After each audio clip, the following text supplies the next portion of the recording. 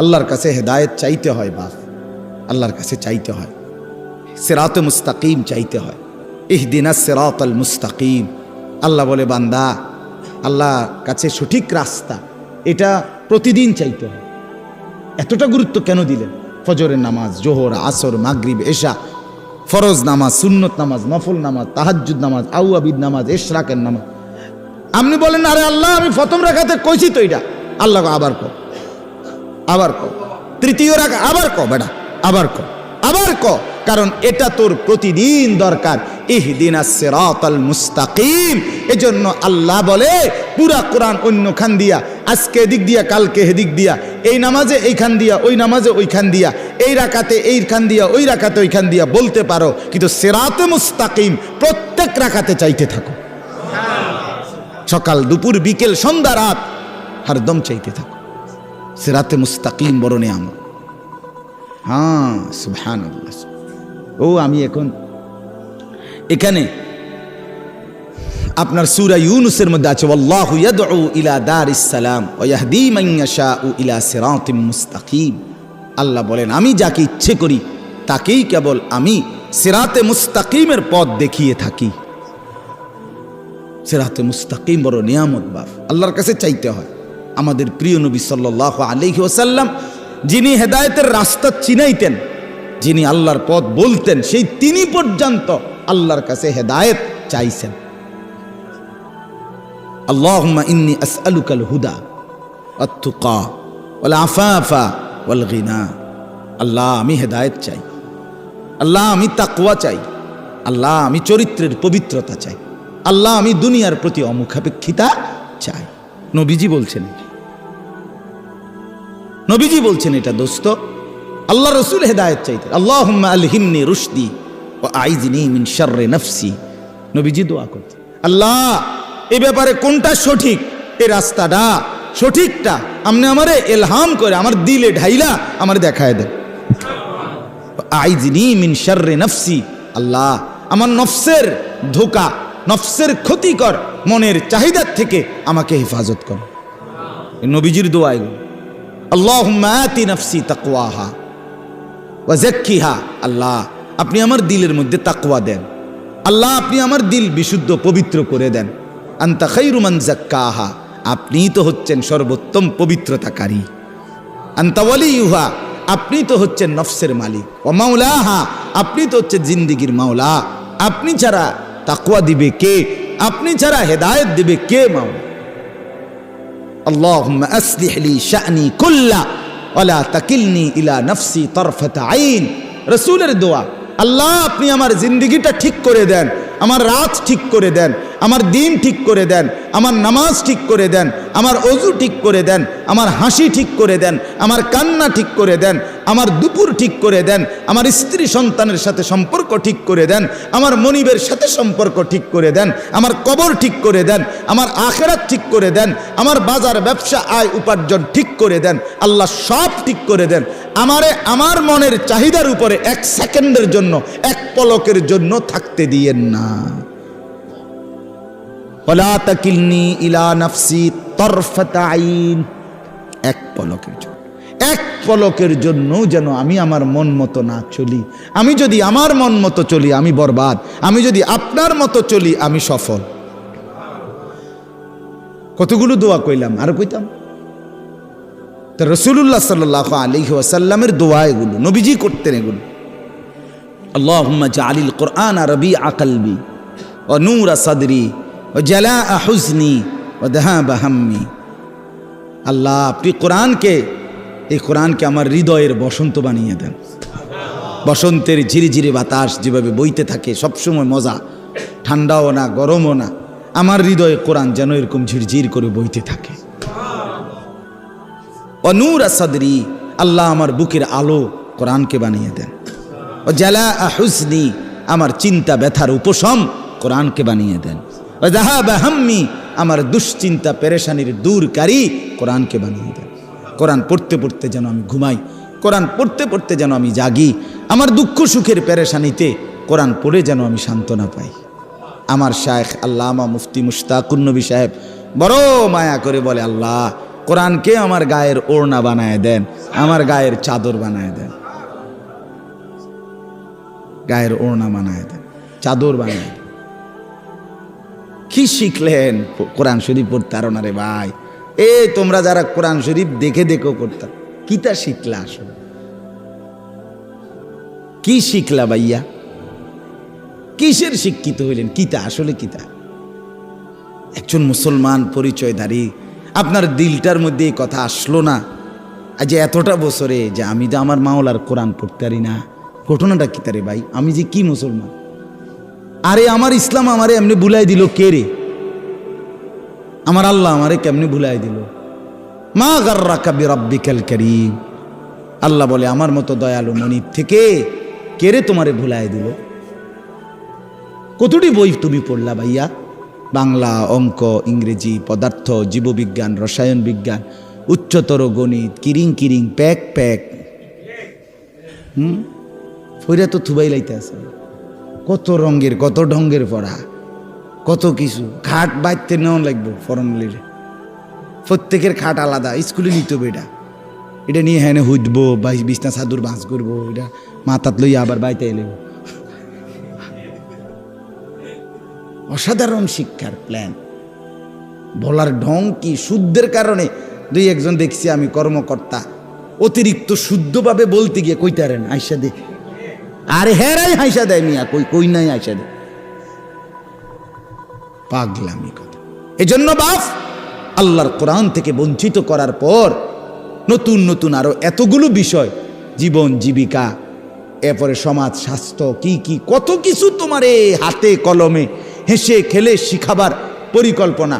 যৌনতার সমস্ত সবক ক্লাসে প্র্যাকটিক্যাল তোমাকে শেখানো হবে, সমস্ত সব কিছু আলাদা, একবারে প্র্যাকটিক্যাল শেখানোর এত চেষ্টা, কিন্তু মালিকের কোরআন শিখাবার জন্য কোনো চেষ্টা হলো না। কেন?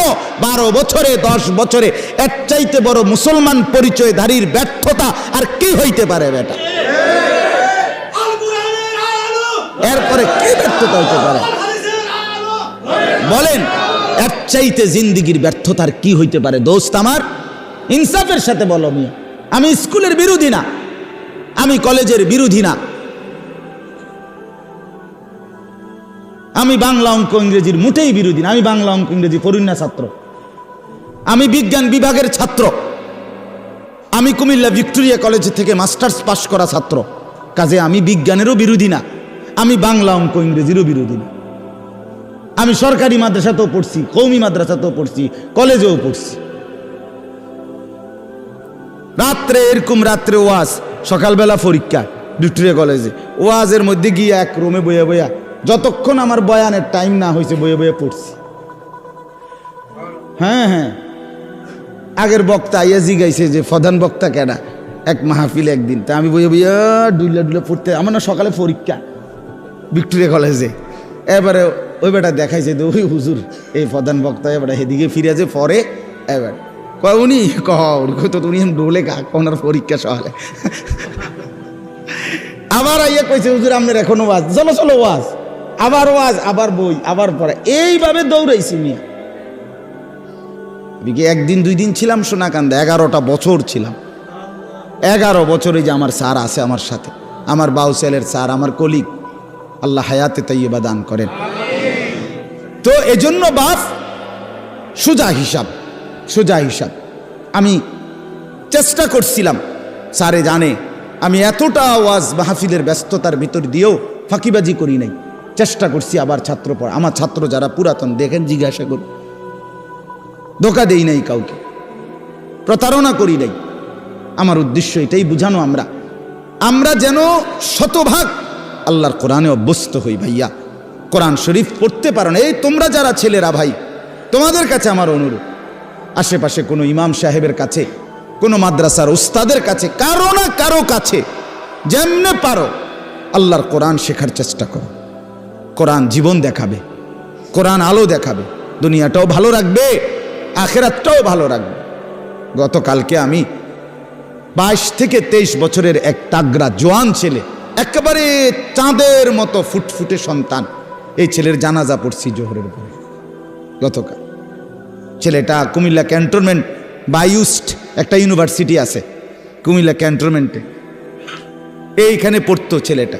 রাত্রে 11:30 বাজে সিএনজিতে যাইতেছে একা, সিএনজি বাড়ি দিছে অন্য কি গাড়ি, জাগাত মারা গেছে।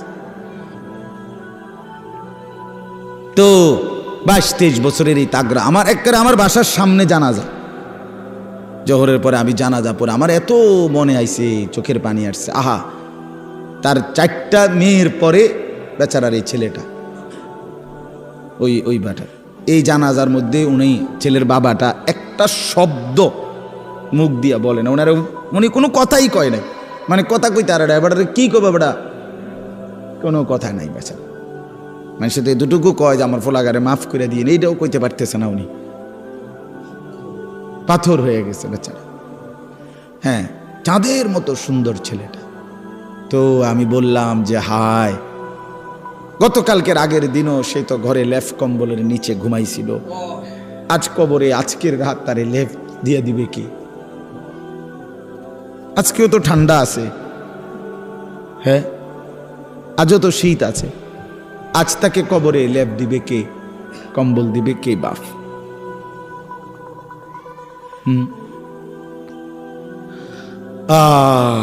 এজন্য দোস্ত আমার, বন্ধু আমার, যত কিছুই আমরা স্বীকার করি আর না করি, গ্রহণ করি আর বর্জন করি, বুঝতে শিখি অথবা না বুঝি, ফাঁকিবাজি করি আর ছলছাতুরি করি, আমরা শেষ পর্যন্ত মৃত্যুকে আড়াল করা, মৃত্যুকে পাশ কাটিয়ে চলার কি সুযোগ আছে কি বাপ? তো এতটা চূড়ান্ত বাস্তবতা, এই নেতা আমার আমনেরে ভাল লাগে না, ঠিক আছে, আমি আমনেরে ছাড়াও হয়তো জিন্দিগি আরেকজনকে দিয়ে চালাই নিতে পারবো। আমার এই মেম্বার বাবুরে আমার বুঝে ধরছে না, হইতে পারে।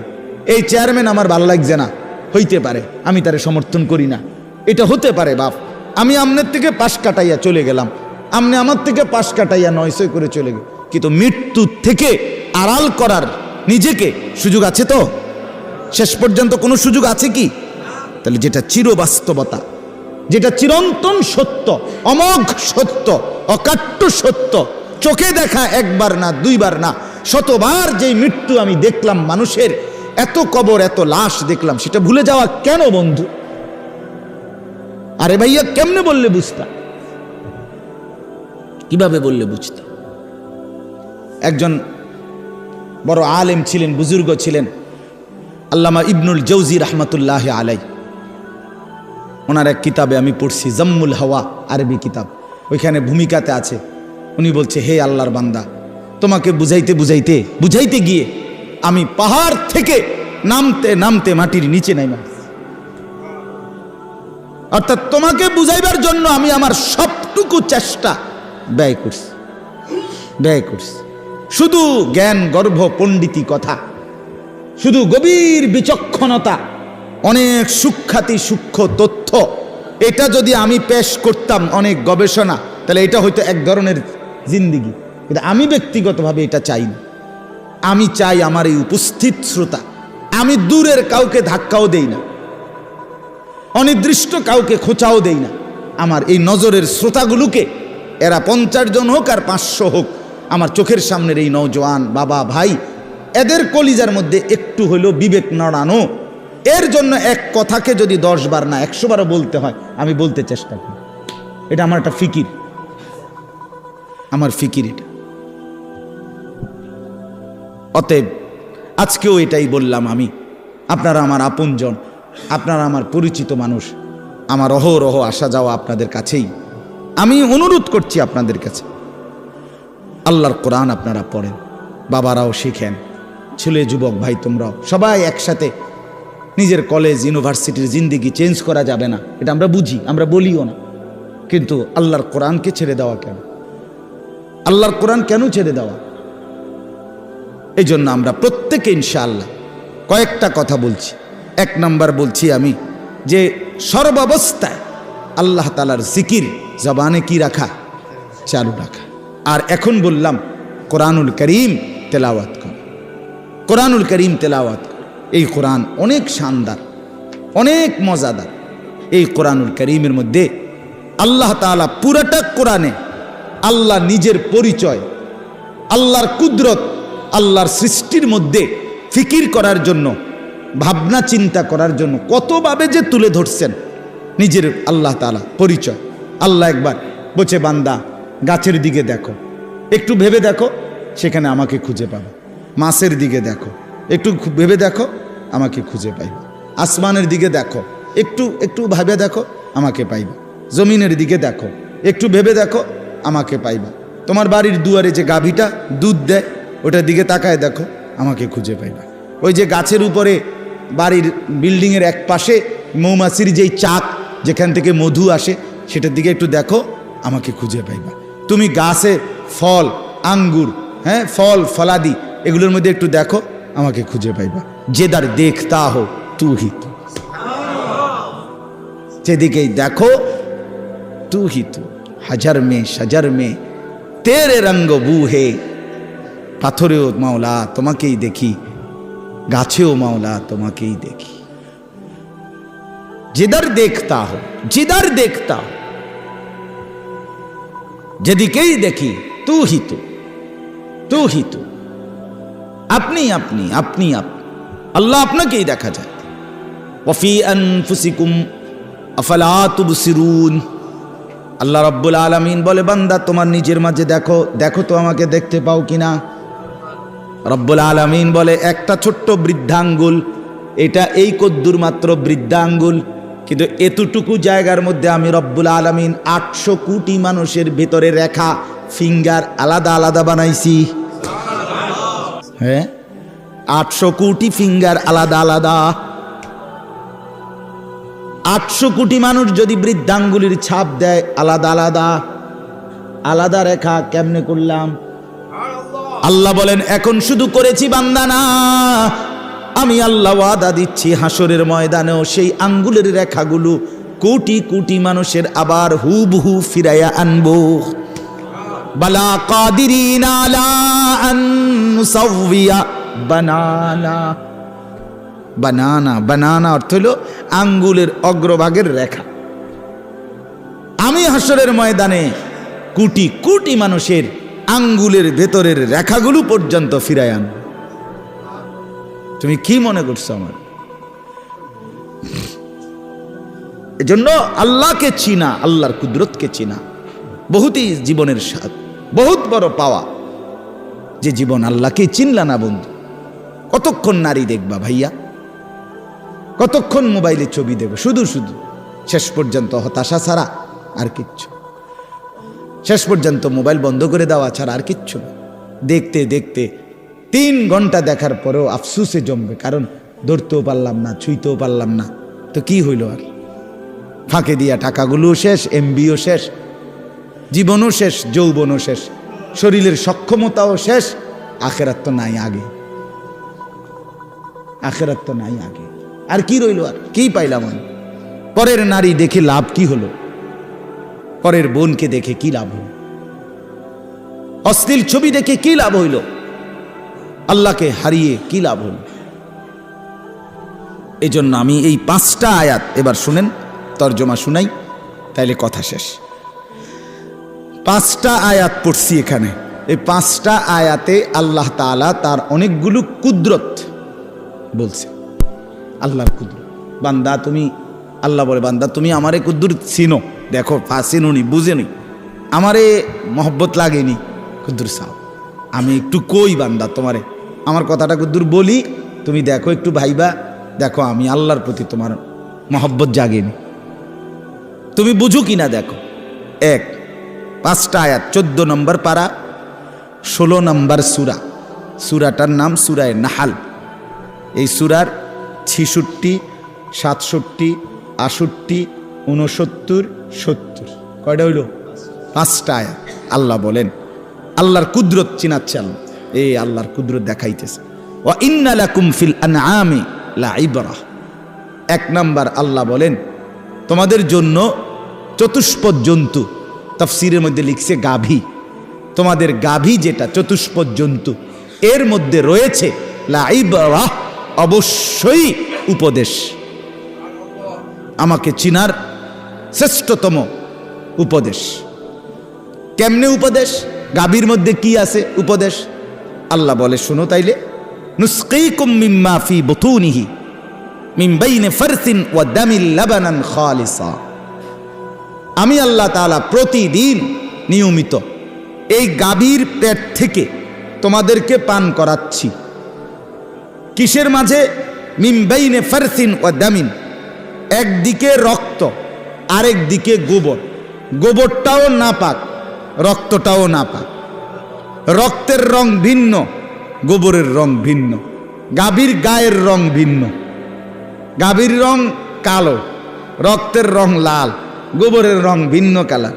আবার গাভীর রং লাল, আবার গাভীর রং সাদা, আবার গাভীর রং কালো, বিভিন্ন কালার।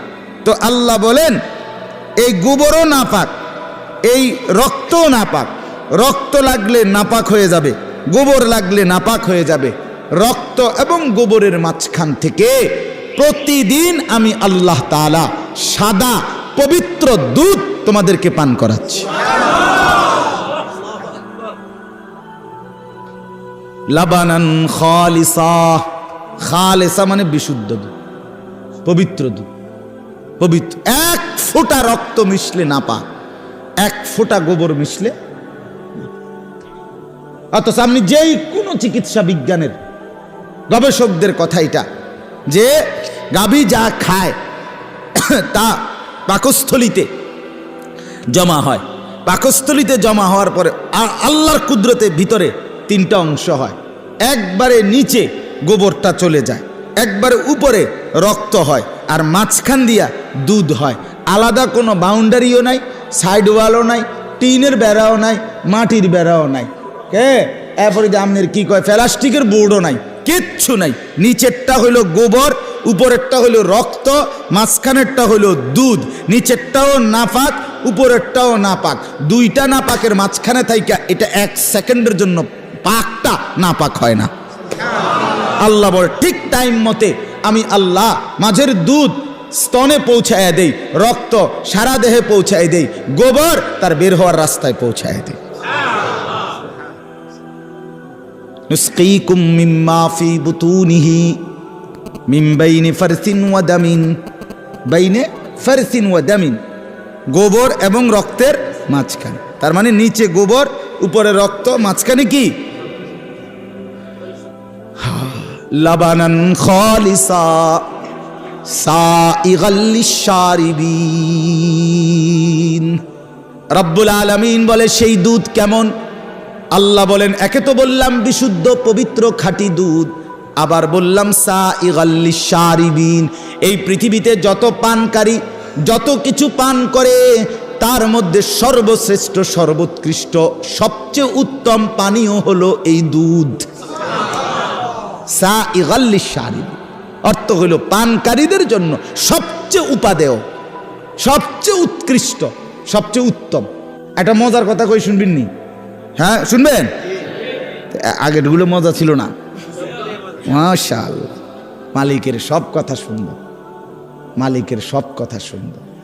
তো এটা মজার কথা হইল, আমাদের প্রিয় নবী সাল্লাল্লাহু আলাইহি ওয়াসাল্লাম যেই কোনো খাবার পানীয় পান করিলে, বক্ষণ করিলে নবীজি দোয়া পড়তেন, আল্লাহুম্মা বারিক লানা ফিহি আতইমনা খায়রাম মিনহু। এটা হলো স্বাভাবিক দোয়া। আল্লাহ এই খাবারে বরকত দেন, আর এর চাইতে উত্তম খানা আমাকে খাওয়ান, আমাদের। আতইমনা খায়রাম মিনহু, এটা যে কোনো খাবারের বেলায়, যে কোনো পানীয়ের বেলায় নবীজি এটা পড়তেন। একমাত্র একটা জিনিস পানীয়, সেটার নাম হলো দুধ। রাসূলুল্লাহ এই দুধ পান করিলে নবী এই দোয়া পড়তেন। আল্লাহু আকবার। এইটা কইতেন না কোনদিন। এখানে বলতেন কি? এখানে এসে বলতেন আল্লাহুম্মা বারিক লানা ফিহি ওয়া জিদনা মিনহু। আল্লাহ এই দুধে বরকত দেন, এই এটার মধ্যে যেটা খাওয়াইলেন এতে বরকত দেন, আর এইটাই আরো বাড়াইয়া দেন। মানে এখানে এসে কথা বলতেন না যে এর চাইতে উত্তম কি দেন, মানে দুধ। সাইগাল লিশারিবিন, পানকারীদের জন্য আল্লাহর জমিনে জান্নাতের আগে এখানে এর চাইতে উত্তম কোনো পানীয় খাবার নাই। এজন্য সবগুলোর ব্যাপারে বলতেন আতইমনা খায়রাম মিনহু, এত উত্তমটা খাওয়ান, আপেল খাওয়াইছেন আল্লাহ, এত্তে বালাটা খাবান। কমলা খাওয়াইছেন আল্লাহ, এত্তে বালাটা খাবান। ড্রাগন ফল খাওয়াইছেন আল্লাহ, এত্তে বালাটা খাবান। সিরিজ ছাড়াটা সিরিজ দিয়ে বলে কিতা দেয় ইঞ্জেকশন, হেসা কয় না মিশা কয় আল্লাহ কইতে। কেউ কয় হুজুর আপনার ব্যবসাটা মাধ্যমের লেগে কয়, কেউ কয় মিথ্যা কথা। যা ভাই যাই হোক, তো কিন্তু রাসূলুল্লাহ এখানে এসে বলতেন দুধের ব্যাপারে এর চাইতে উত্তম কিছু বলতেন না, বরং জিদিনা আমিন, এটা আরো খাওয়া, আরো বাড়া, আরো বাড়া।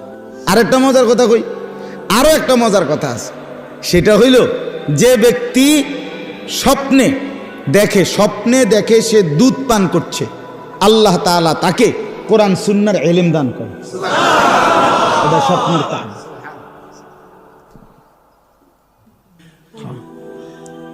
কারণ দুধের চাইতে উত্তম কোন পানীয় কায়নাতের মধ্যে নাই, কোরআন সুন্নাহর ইলমের চাইতে উত্তম কোন নিয়ামত কায়নাতে আর নাই। এই জন্য স্বপ্নে যদি কেউ দেখে দুধ পান করছে, তো আল্লাহ তাআলা তাকে কোরআন সুন্নাহর বুঝ, ইলম, নূর দান করে। ইলমের চাইতে দামি কিছু নাই, দুধের চাইতে দামি কোনো পানীয় নাই। আরো অনেক কথা, কিন্তু আমি আরো একখানে মাহফিল আছে, আমার যাইতে হবে ফুলগড়, ওইদিকে আমার মাহফিল আছে। আমি মূলত মাগরিব বাদ বয়ান করার কথা কইলাম না, আমি আসতে দেরি হয়েছে। এরপর আসেন, এই হলো একটা কুদরত। 2 নাম্বার, অমিন সামারাতিন নাখিল ওয়াল আনাব তাত্তাখিজুনা মিনহু সাকারান ওয়া রিজকান হাসানা। আল্লাহ বলেন আমার দ্বিতীয় আরো কুদরত শোনো বান্দা, আমি রব্বুল আলামিন খেজুর গাছের ফল মানে খেজুর, ওয়াল আনাব এবং আঙ্গুর, এর মধ্য থেকেও তোমাদেরকে প্রতিনিয়ত আমার কুদরত দেখাচ্ছি। কি?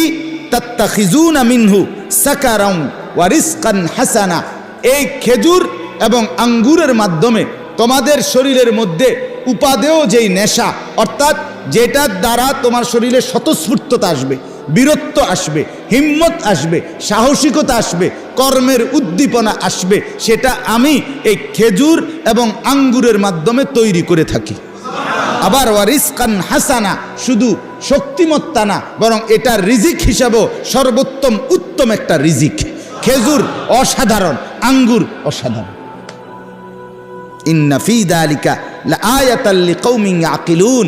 আল্লাহ বলে উপরের গাভী, দুধ আর এখানের খেজুর আর আঙ্গুর, এই সবটার মধ্যেই আকলওয়ালাদের জন্য নিদর্শন আছে। ব্যাককলের জন্য নাই, ব্যাককলে খায় আর বিড়ি খায়, বুঝেন না? আঙ্গুরও খায়, বিড়িও খায়। হ্যাঁ, ব্যাককল যে খেজুরও খায়, গাল্লায়ও, বুঝেন না কথাটা? দুধও খায়, চাও খায়, বনও খায়, বিড়িও খায়, টেলিভিশনে মানুষের বেডিও চায়। অপদার্থ যে কিছুই চেনে না, কিছুই বোঝে না। আল্লাহ তাআলা বলে যার আকল আছে, যার দেমাগ আছে, সে এখান থেকে নিদর্শন পায় যে হায় আমার মালিক আমাকে দুধ পান করাইছে, আমার মালিক এমন সুন্দর খেজুর, এমন উত্তম ফল আমাকে দিয়েছেন, আমি কেন মালিকের শুকর করব? আজকের থেকে করব ইনশাআল্লাহ। এরপর আল্লাহ বলেন ওয়া আওহা রাব্বুকা ইলান নাহল। এটার অনেক লম্বা ব্যাখ্যা, বাকি আমি শুধু তর্জমা আজকে বলি। আসলে এটা খুব মজাদার, এই মৌমাছির কথাটা, এটা বিস্তারিত বুঝাইতে পারলে খুব সুন্দর, খুব সুন্দর। আমি এই বয়ান আল্লাহর দয়া সিলেট কিছুদিন আগে এই বয়ান করছিলাম, এই আয়াতটা মৌমাছির বৈশিষ্ট্য গুণাগুণ তাফসির থেকে। ওইখানকার এক বড় প্রফেসর, ইংরেজি শিক্ষিত মানুষ, উনি এইসা কান্দা কাঁদছে। উনি বলছে হুজুর আমি আল্লাহ পাক যে এত কথা কইছে এখানে, আমি তো এই কথা জানতামই না। আপনি আরো অনেক কিছু জানতেন না, আপনি লগে থাকেন আমার লগে, আরো বহুত মজার মজার কথা আছে কোরআনে, আপনি জানেন নাই। আওহা রাব্বুকা ইলান নাহল। আল্লাহ বলেন আমি সরাসরি মৌমাছির ব্যাপারটা স্পেশালি, মৌমাছির মধু বানানোর পুরা প্রসেসিংটা আল্লাহ বলেন আমি ওয়াহির মাধ্যমে মৌমাছির কলজাত দিলে আমি ওয়াহি নাজিল করে আমি আল্লাহ একাই নিয়ন্ত্রণ করি। বাসা বানাইবা কই আমি ঠিক করে দিচ্ছি, ফুল আনবা